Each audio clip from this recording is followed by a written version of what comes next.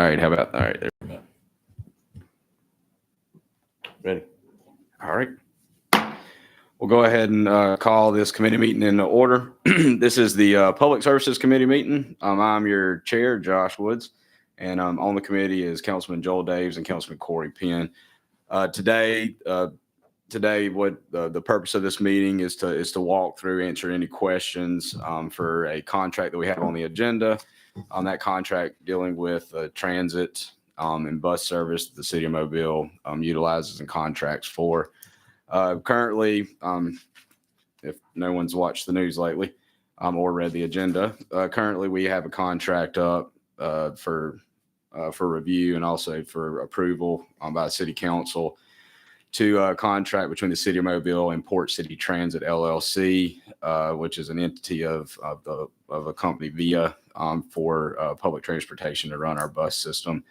The total amount of the contract is not to exceed $12,100,000 per year.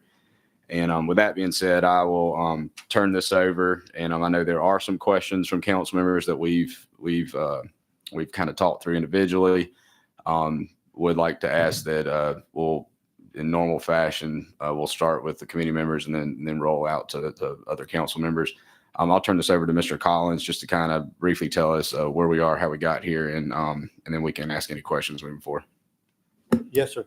Good morning. Thank you for doing this morning. Obviously, we are working through a transit system contract. We're currently contracted with Transdev and have been through a couple of iterations of Transdev since 2018.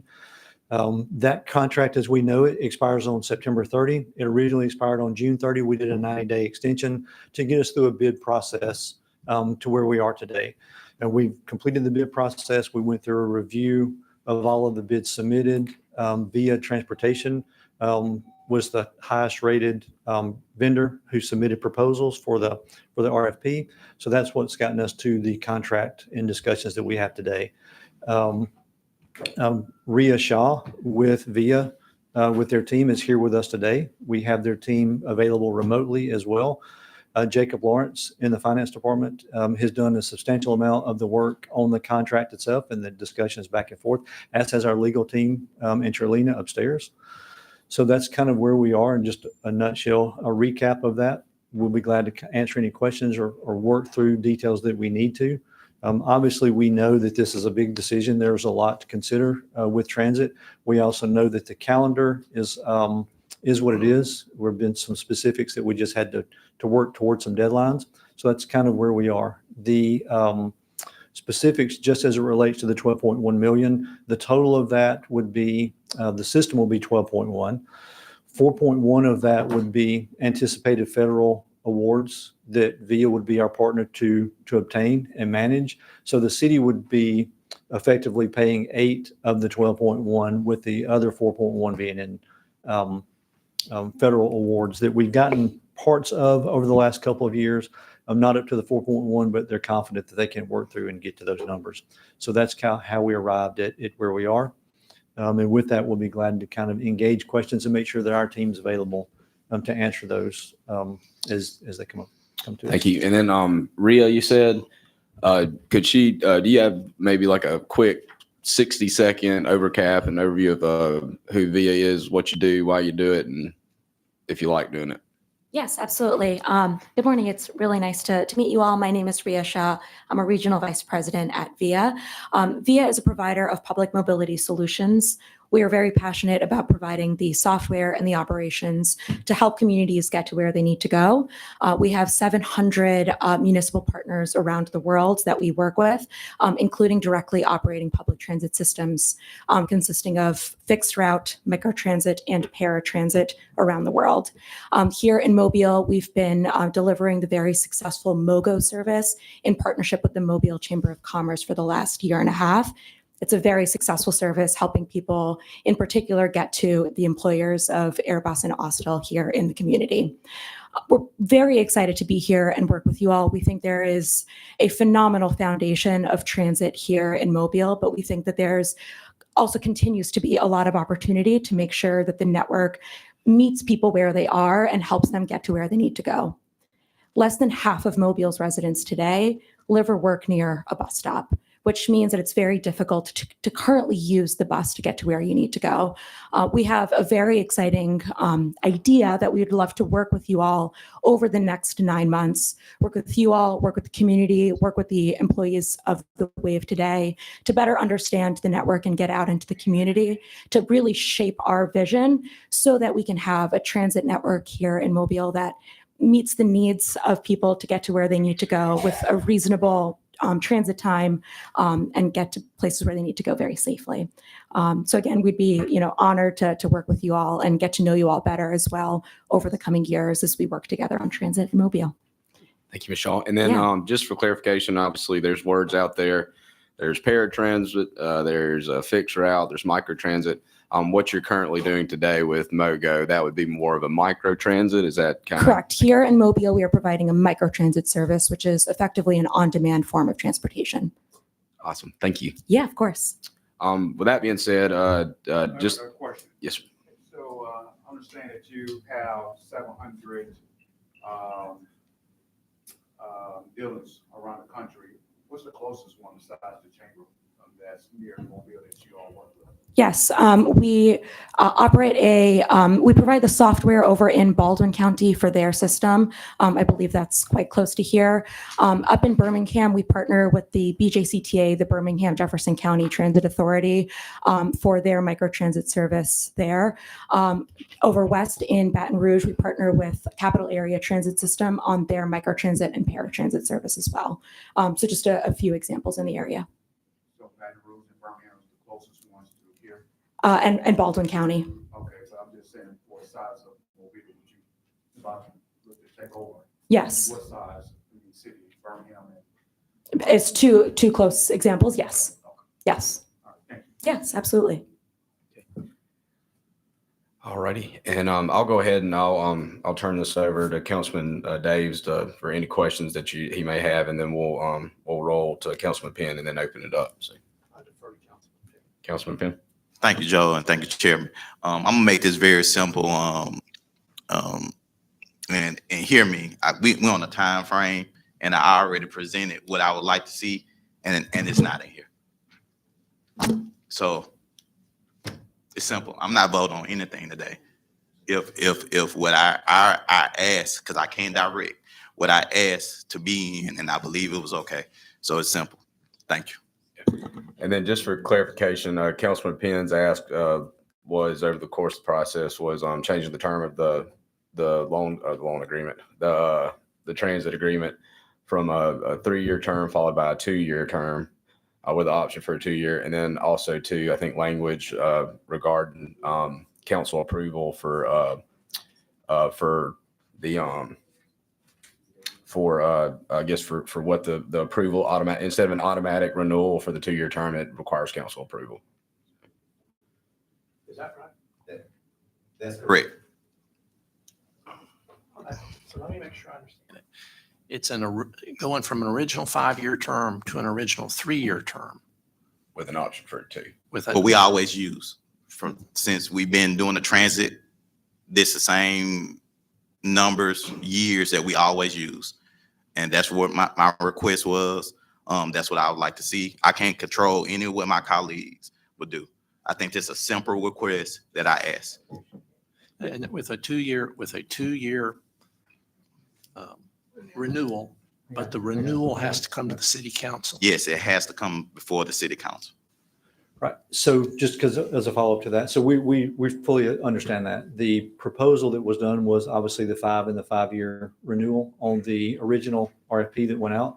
The request that came back was to amend it, thank you, to 3, 1 and 1 was your request. We did send that information to VIA. VIA has sent something back.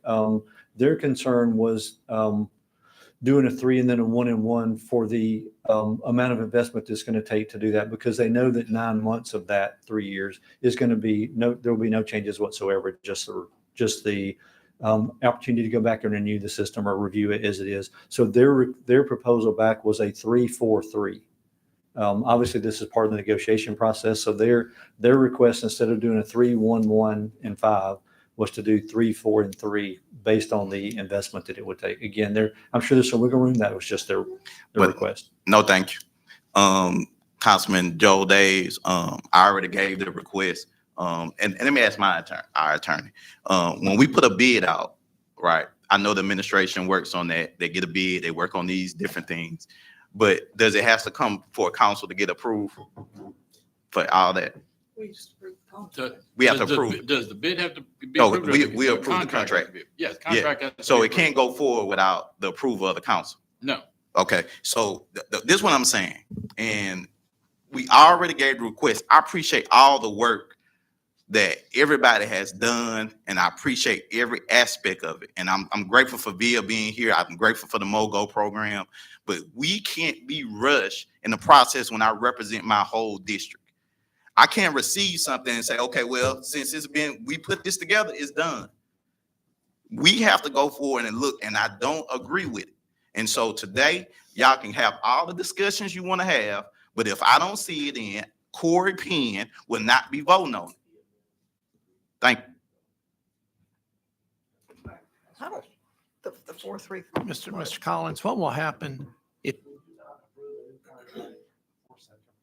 So the contract that we currently have with Transdev expires on September 30. right? So we will need, so in that point, October 1, we would not be under contract for transit. That's kind of why we're doing the 90 days back over the summer. So we would have to have a couple of things would have to take place. Either we need to make whatever adjustments we can, negotiate with VIA for changes such as Councilman Penn's, which we certainly understand, or we need to vote to extend again Transdev as it's currently contracted, because their contract obviously expires on September 30. Well, what happens if we don't have a contract with Transdev or VIA by September 30? And I assume we wouldn't have a contracted transit system. So this transit system, you're saying the transit system would shut down? I'm not suggesting it was shut down. That'd be a conversation to have with Transdev. Transdev may be willing to work forward without a contract or an interim contract. That would require a follow-up conversation with Transdev. But Thank you. contractually, there would be no obligation. Thank you. Well, with that in mind, we extended the contract by 90 days anyway, so that we could start this process and hopefully meet a timeline. So if there are issues with the length of the contract, and I don't quite understand the 4-3 thing you mentioned, would it not be an option for us to go back to our current contractor and say, we want to extend another 90 days as we work through this process and determine where we're going? Because we may not be able to pass this contract, and then we won't have any buses running. So there needs to be some interim way to solve the problem that we've got if, in fact, we can't do what Corey is asking for. Certainly understand. Certainly, we understand, yes. And that was clearly the privilege of the council. Obviously, I think everyone's interest is to make sure transit's up and running, right? Most importantly. So I think that would be the focus, is to make sure we're there. The path that we get there, obviously staff is ready to assist with whichever way. So whatever the preferred path is, we would certainly pursue. When we had our meeting with VIA, I appreciate the 9 months of collecting information. I think that's a good idea. But it seems like in their mind, that's not really part of their ongoing contract, because they're just collecting information. They're not really operating a system that's different than what we have today. Maybe that's where they're coming from, but still, and it doesn't matter. It is our contract with them that would be put in place, whether it's 90 days, 9 months worth of whatever it is of collecting information, or they're actually running buses on different schedules, different routes, different sizes. I mean, it's still a contract with this company. To the 9 months though, real quick, that's federally mandated for any transportation system that needs, am I correct in saying that if changes need to be, substantial changes, substantive changes need to be made, there needs to be a 9-month period. And basically that's what we're going to be walking through for the first 9 months of this contract, I guess. So there's no requirement for the 9 months is we're there. So that window is not determined. The 9 months came about as part of conversations we've had where we know that making changes to WAVE right now is just far too soon, even under the best circumstances, to go and change routes, services, and that sort of thing. There's also a series of meetings that has to take place. When you receive federal funds for transit, you have to go through a series of public involvement meetings, community meetings, and the like. so you can make the changes and fully revisit the totality of your transit system.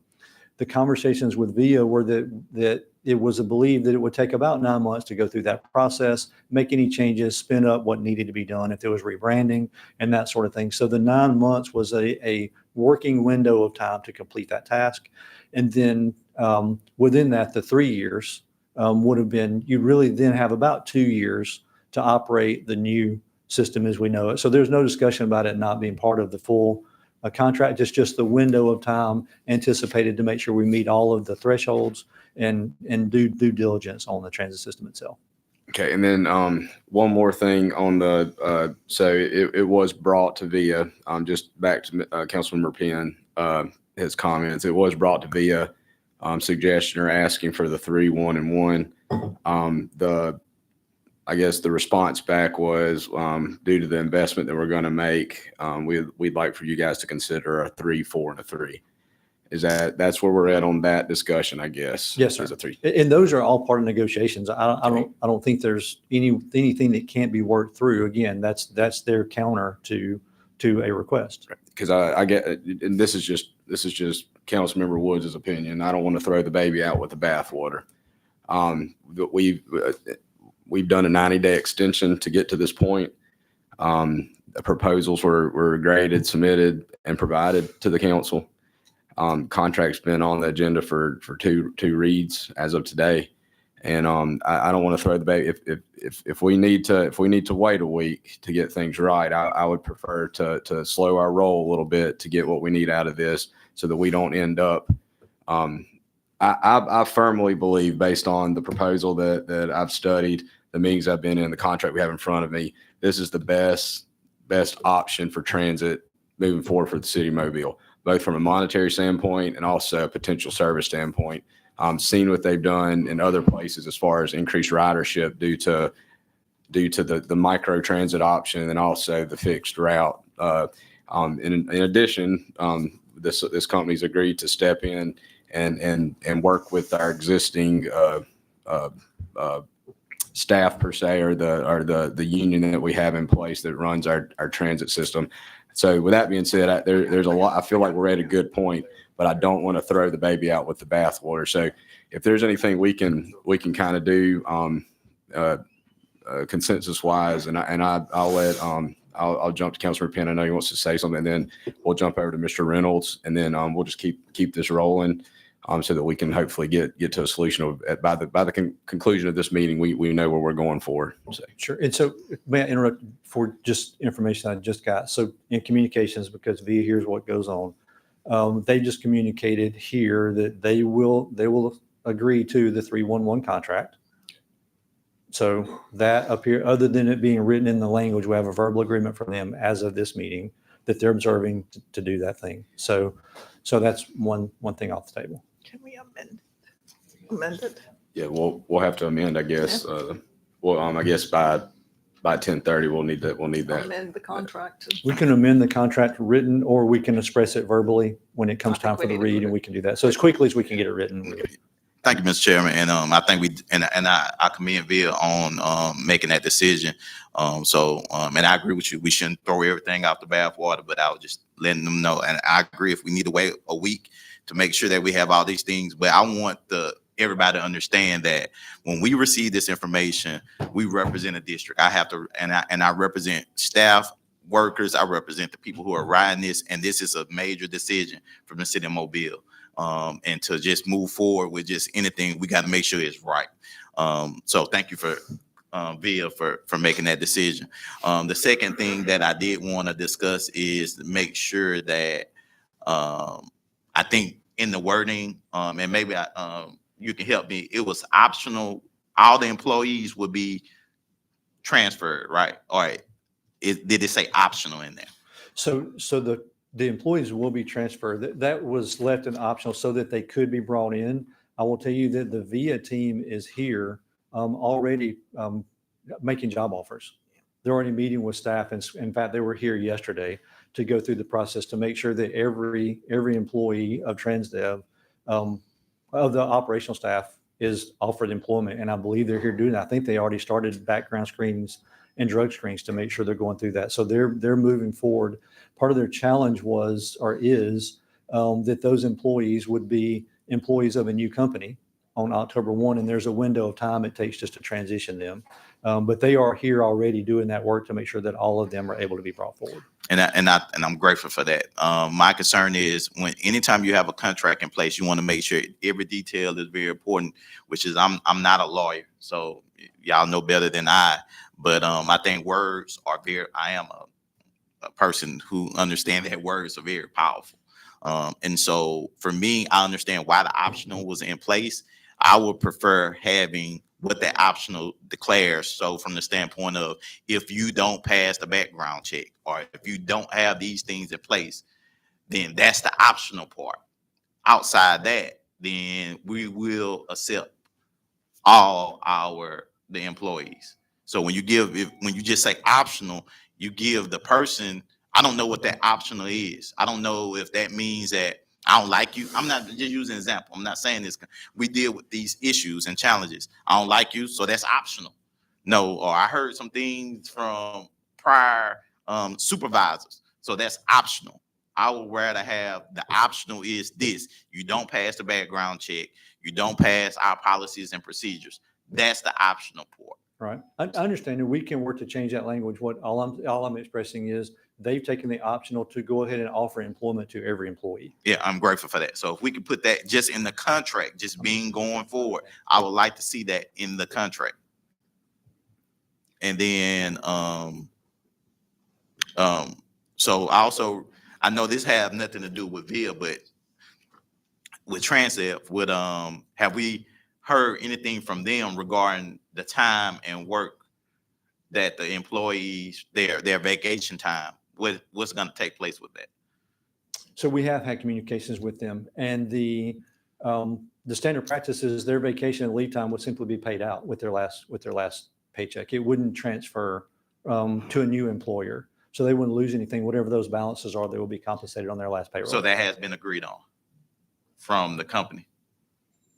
So we've communicated with TransDev. In fact, I have an email where they asked that question specifically about whether we were going to pay that or carry those balances forward. And the discussion was that that those will be paid out, that they would not be carried forward. So they're simply waiting on confirmation from us, the city, as to whether or not those balances would be carried forward or paid based on the VIA contract. They're prepared to pay all of those out on their final pay period, on their final paycheck. In fact, I communicated with VIA myself, with TransDev, to determine the date, and I told them that we would try to let them know specifically by the end of day tomorrow. Okay, well, I need to know that information. I would like to know that information as well, as soon as possible. Yes, sir. We can know now if this passes, if this contract goes, then all of their balances will be paid out on their final TransDev pay distribution. All right. Can I, before Ben, Yes, ma'am. just on the benefits package and everything, I had spoken to an employee who told me that VIA had been over there doing meet and greets and talking to the employees about benefits and that sort of thing. But they are concerned, of course, about, their vacation they've accrued and that sort of thing. Is there any wiggle room at all with VIA to, instead of paying out vacation, just continue on and transfer the employees? Because a lot of them have probably built up a lot of time in the company, and so they're getting more than maybe 2 weeks, some things like that. And on the health benefits, those are some of the things that the employees are concerned about. And some of these employees are not part of the union, so it's really outside of, some of that discussion. But I think it's the health benefits, vacation time.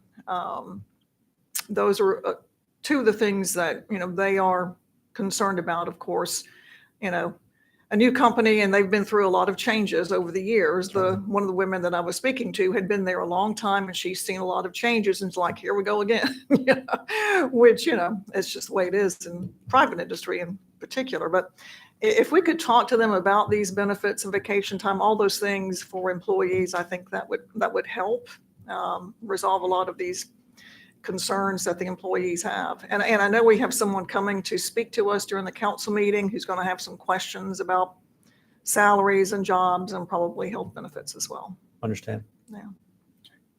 Thank you. Mr. Reynolds. Federal funds that are allocated in the financials are assumed. If they're not awarded, then what?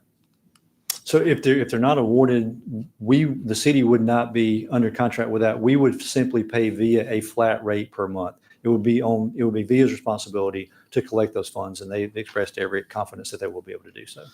But if they don't get it, then we should expect that if they don't, they're not able to adjust on their end, that they'll come back to us and say, hey, we need another $4 million or additional funds. Their contract does not provide for that. Their contract provides that we pay them a flat rate. It's all encompassing, and it's 100% their responsibility for anything over that, including the 4.1 million. Okay, and then I think it says with the owner's approval, we could make an additional allocation. If you chose to do so, yes, sir. And here it references the owner's representative on several occasions, and that owner's representative is designated as the finance director. I'm curious to know at what level would the finance director have the authority to make approvals without, say, coming back to the city council? My impression is that you would not. There's a representative, and that would be the finance director, but the representative is not a decision maker. The city council is a decision maker. Okay.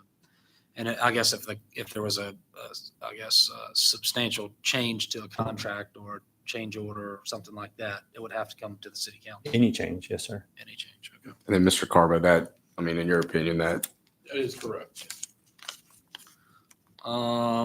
So I when this conversation originally started, I'm trying to wrap my head around understanding our current model, what we have going on currently, what our current assets are, both by way of buses, vans, all that sort of stuff. Also routes, which I've seen a general map of routes, but I don't know what all assets we own out there currently. You know, The building infrastructure and all. buildings, stops, any of that stuff. I'm not real sure what our current position is. Right. So anything that's tangible is owned by the city, I just don't know what those are, I guess. right? We could try and provide, obviously we have the vehicles, we have the Yeah, I buses, the got a vehicles, list the of buildings, those things. vehicles. Specific to individual stops and locations such that we just have to go out and do a separate inventory. I apologize. I don't have that information with me. All right, and then this contract, any modification to real property requires the owner's approval. Yes, sir. All right. If there are, let's say, VIA wants to improve the stops, like the shelters or whatever, is it assumed that that is a capital expenditure and that expense would be assumed by the city? I think if they were going to do that, they would have the right to come back and ask about those if there are improvements to that. The contract does not state that we would provide those or they would provide those. We don't know what those are. But if there were to be a request for capital improvements, I think that would have a privilege to come back and ask that those be considered by the council. But in this capital budget that's been outlaid to us, there is no assumption that there are going to be improvements to the stops. That is correct. Just That is- simply because That is we- purely the money we see allocated, $1.3 million a year over the course of 4 years. That is strictly fleet. correct. And that's primarily because we won't know what the route system looks like. That's what the 9-month window is for, to determine what's beneficial and not beneficial. So would there be some changes? Certainly. Do we know what those are? No, sir, I don't. All right. There's a cost escalation over the course of 5 years. Should we assume that there's going to just be a constant cost escalation over the course of, say, 10 years? We just simply don't know. Okay. I mean, honestly, there any number of things. The difficulty with transit, there are internal factors that we can control, obviously labor costs, routing, that sort of thing.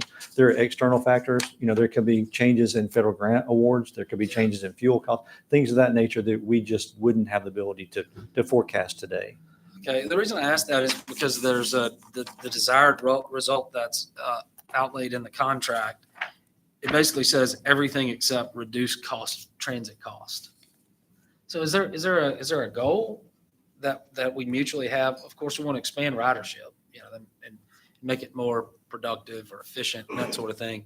But one of the primary sort of goals I think we've all sort of had, and I know entering into this contract will, based on what I've been told, out of the gate, reduce our cost by $1 million or so. Yes, sir. In year one, which is fantastic.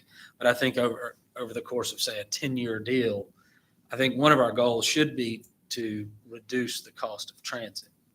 So we agree. And that's part of the genesis of this conversation, right? If we go back to the one of the original parts since I've been here for the discussion was the current contract that we have is really an open-ended blank checkbook to Transdev, where it says effectively we pay 100% of all costs as they are invoiced and submitted. There's no negotiation. So part of what we've done on that is go back and allow ourselves some protections. We have a fixed amount that we're going to pay, a window of time to make adjustments to the system, and then see what capital or other operational things take place after that. If we were having this same conversation discussing the Transdev contract as it exists, we wouldn't have the conversation because theirs is simply provide the invoice and the city is responsible. Yeah, I like this structure much better. These billable hours that are outlined in here, can you explain to me how those work? Like what is a billable hour? For which, Well, For they're each going to person. bill us up to a maximum amount monthly and a maximum amount annually of $8 million for Right. legal funds. But monthly, their bill that they submit is based on a billable hour. I think the contract spells out two forms of billable hours, in Josh Wood's terms, active hours and then sitting hours per se. Is that how it works? That's what my understanding of billable hours And is. so what's an active hour? it's my understanding that active hour is things moving, things working, things are actually active. The other would be static, things not moving, a bus sitting still, some other activity, a driver that's on wait or standby would similarly be those. Again, I can read that specific part of that contract and VIA could answer that. But I think they attempted to cap that by the total that they could invoice. I think that's more of a monitoring for how the system actually functions rather than a monetary consideration. I think it's more of an opportunity to look and see. So we should how- expect that we're going to get a bill for $900,000 a month, 990 or whatever it is a month.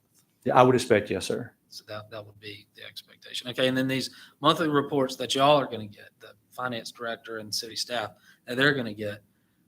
I mean, what's in there? I mean, there may be something that we could add in there in the contract to encourage or provoke some additional savings monthly, like to really drill down into actually saving the taxpayer some money as well. Right. So I'm curious to see if there's some opportunity to do that, and maybe VIA, has some suggestions towards that. This 9-month period. There was this SAM thing that was done in Sioux Falls or one of their locations. Is that same thing going to be done in this 9-month period, where they create this optimized system? And I think it's going to be an effort for all of that. The 9 months is intended to figure out, one, how do you make the system as efficient as you can make it? And then what changes need to be made with routes? How do you get the best service for each route? Or what changes on routes need to be made? And then go through all of the hearings that you need to make sure the needs are met within that time frame. And I think Sam was the result of Sam was the result of the 9-month period, whatever their time frame was. Sam was the rebranding of the newly launched efficient system. So then this will transfer from Wave branded to Mogo branded at the end of that. Yes, sir. That's or 12 months, whatever it is. it would go from Wave to an all-encompassing transit system. How that works. I think Mogo is the preferred language right now. But again, we may get into some discussions of that where that not the specific naming, but similar. Okay, and is there some low-hanging fruit, like right out of the gate, that we should expect that, these big buses we have or whatever that we should expect even in that 9-month period, that we can start offloading some of those assets and begin the transition, maybe through leases? I noticed they brought up that this municipality can avoid capital costs by way of their relationships through leasing companies for these smaller cars, vans, whatever. Should we expect that to happen where we don't have to assume that full $1.3 million or whatever it is? We certainly should expect that that's explored. There may be some parameters, and I'm not familiar with each grant for each vehicle that we've had, but there may be some requirements that we maintain vehicles for a certain period of time, the fleet that we have today. As far as transferring those, I know going forward, the discussion would be, how do you get the vehicle that fits the purpose, right? Not necessarily a big bus to provide this thing. That may be federal grant funding. That may be all that's there. But I think the overall effort is to make sure that we transition to a fleet that meets the needs of a system rather than try and build a system that meets the needs of the fleet.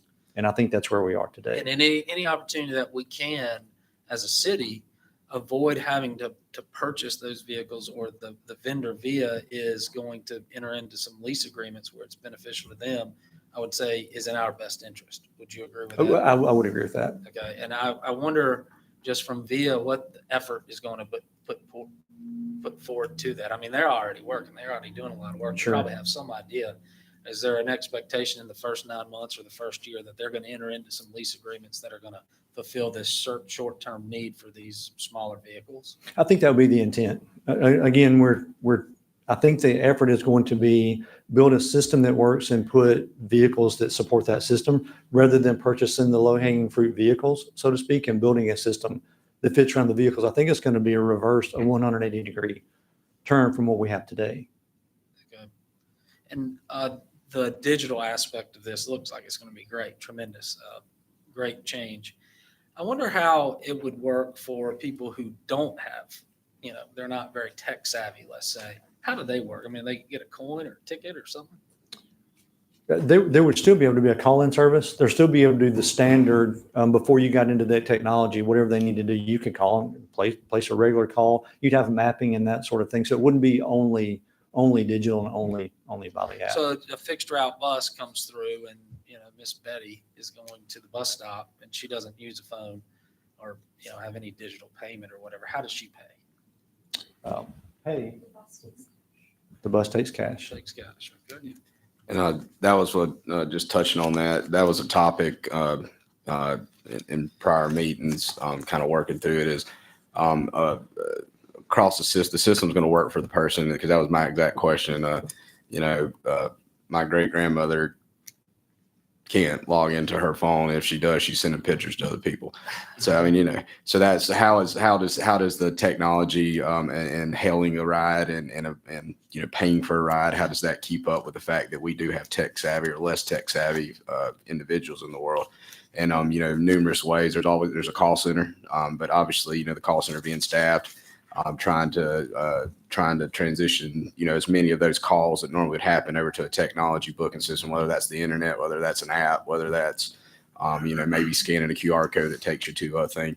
So all this is also going to be part of that educational aspect of, Right. as this rolls out, so of how you do it. And not gonna lie, sometimes change is hard when it comes to doing things, but there still are going to be those traditional ways to pay, whether that's cash, credit, debit, that kind of thing. So. Okay. And the current revenue by Transdev annually is what? Revenue from tickets? The tickets are low. I can go back and get you that specific number. I apologize. Well, advertising, what's total revenue generally? Their total revenue, what they bring in, is less than $1 million. Okay. Everything else is subsidized from the city or the feds. Right. All right. So when can VIA expect to earn at least that amount of revenue? I don't know. If we're talking nothing changes, right, within the first year, then I would think it's going to be a similar window of time for that year. Okay.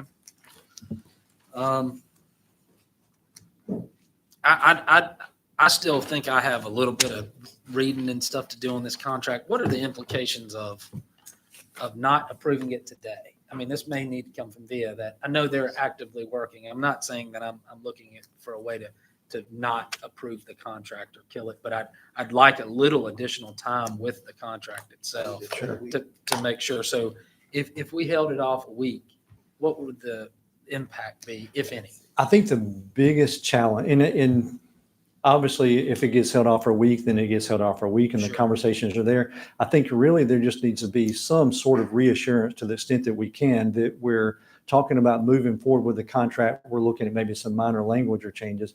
The difficult part of that is the employee transitions, right? Yeah. All of the work that goes, because those aren't just flip the switch and take place. Those do take some time to get in. So this closer we get to September 30, the more difficult that gets. So I think if there's a comfort level, understanding that VIA is the partner to go forward and they can be given some reassurance to go move forward those actions, that's easy because we're kind of at the point to where we either need to move forward with those transitions or abandon it for lack of a better term. Well, I want to say I appreciate VIA being interested in Mobile, and I think there's great opportunity here. That seems like they're a first class operation. I think there's maybe some in-house sort of how the council and executive branch sort of operates with this, and maybe there's some modification or something needs to be looked at, or I need to understand a little more where it's more like a more in-house thing than it is necessarily something with VIA. Right. So I'd like at least a little bit more time to just, I guess, better understand the interactions going forward when decisions need to be made, how we're going to do them, and just how we're interacting with y'all, of course. Right. Make sure the contract's buttoned in that respect. I think the goal too, just one goal, if it needs to be held over a week, we'll talk about that in just a second. But I think the ultimate goal to keep in mind is that between now and the end of the month, something's got to happen. Yeah. And because October 1st is going to be very terrible whenever, because of the lack of action of this body to do it, is October 1st. We don't have the ability for people to get to the doctor. So I think that if we can walk away with a takeaway of without making a formative decision and vote, if we can kind of at least express the process of how long we need, and I know Councilmember Penn's expressed some of the issues he wants to address. But with that, That's it. Mr. Reynolds, President Small, anything you want to? My concern is, the board, make sure that he gets exactly, what he wants. I mean, when you go ahead, put in black and white, go ahead, because I'm going to support what his decision is also. Mr. Carroll, anything you want to? No, I'm sorry I'm late. I don't know what y'all discussed. My biggest concerns was the transition of employee health benefits, employee reserves, time off, all those things, to make sure that they were transferring correct. Didn't read all the details on that, but I think we need to make sure that we're watching out for the employee issues. And we can bring you up to speed, but just the general gist is working through either paying that out or what moving forward with what that would look like. So there is some assurance that it will get paid out if not transferred over. I have just one final thing too. And I know during the 9 months, having neighborhood meetings and that kind of thing to see what changes may need to be made. Some things that we already know are issues, like lack of shelter at the bus stops, some areas that they don't have stops, that sort of thing. Would we be able to work with VIA to go ahead and make some changes during these 9 months? Would that be a possibility? I think you can. There's certainly nothing that prevents that. Obviously, if there are immediate needs to be considered, whatever those are, then the city has the privilege to go and make those changes or improvements to the extent that it will be understood that those improvements may need to be substantial, but also maybe temporary, depending on where it is. We don't know. But yes, the short answer to your question is yes. Because those are some of the things that have been brought to my attention as well. Like a lot of these stops, like most of the stops, don't have any sort of shelter. It's just a sign. And then some areas have no stops where a lot of people live and they have to walk a long way to get to one of these stops where, again, there's just a sign. So there are just some issues that I think maybe while we're looking through this 9-month period that maybe we could address sooner rather than later to, make sure that, where we know changes need to be made and that we're in favor of, we could go ahead and start working toward them. Sure. And I think part of that question goes back to one of Councilman Earl's questions about the type of vehicles and where those things are, right? Some of those stops, it feels like some of our routes are based on the equipment that we use. And we really should be looking at equipment that could best serve the routes that we need. Yeah. So I think there will be some transition of that over time.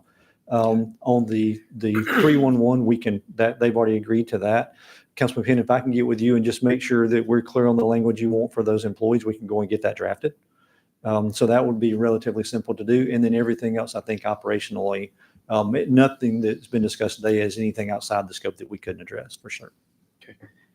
And then one thing that I did say that I would mention, one of the areas that would like to see focus, especially along that Cody Road corridor between Overlook and Old Shell. I think there's a population center there that could be better served. So I just wanted to say my piece and said I would express it. I want to say my piece and say I do think that's a good idea. to That was part focus. of my piece as well. I just Understood. didn't get specific on it. Okay, with that being said, any more, Mr. Penn, you got anything? Yeah, thank you, Mr. Chairman. I want to thank VIA. I want to thank the administration for working together. That's what it's about. That was my only concern. And hopefully we'll have that complete and written in this contract. And I want to thank Councilman Gregory for speaking about the shelter, how it looks outside, because I think I don't even know if this is something Downtown Alliance did, but they have the nice umbrellas like for those small spots for bus stops and where people can wait.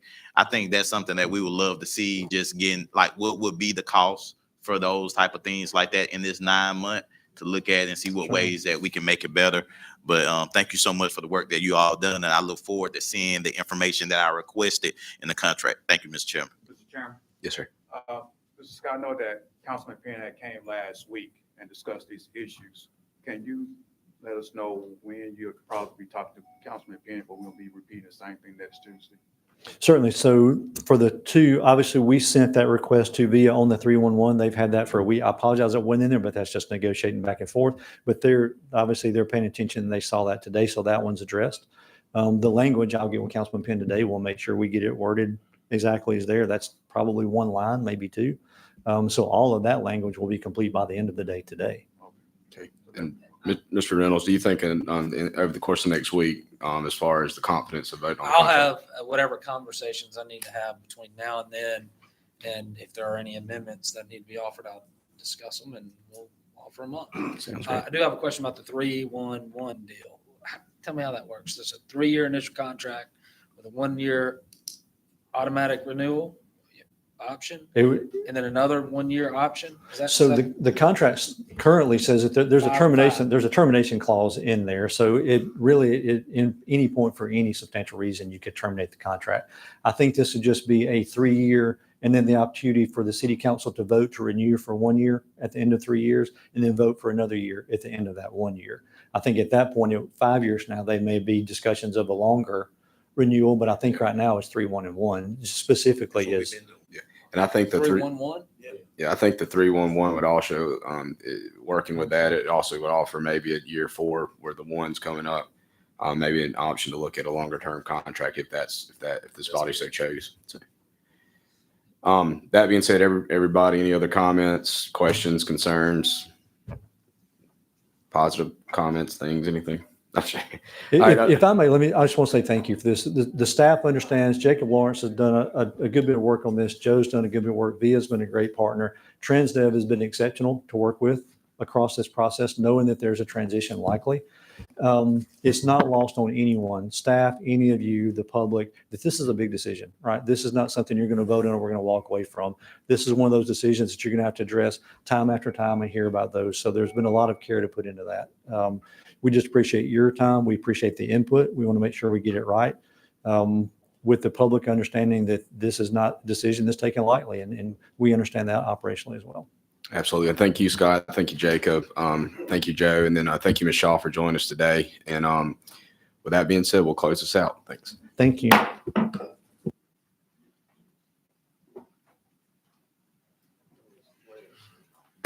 Warren, Mr. Garrett?